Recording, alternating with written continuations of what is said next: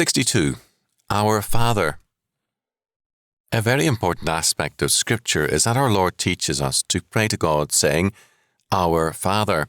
Matthew 6:9, not my Father. Jesus Christ alone can speak of God as my Father.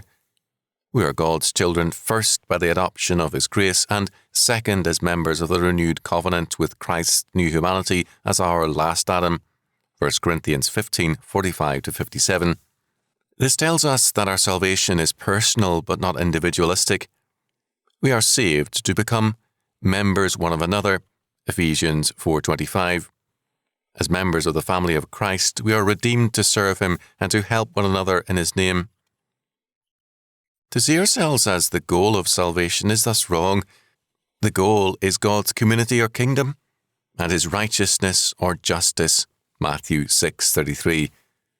It's a personal salvation by our personal Redeemer for His glorious purpose, a new humanity and a new creation. If we are now a new creation in Christ, we have a purpose beyond ourselves, and we live in terms of His kingdom. We are governed by His law word, and we are members one of another. Because the Lord has done marvellously for us, we strive to share His grace and our blessings one with another. We become actively missionary people at home and abroad.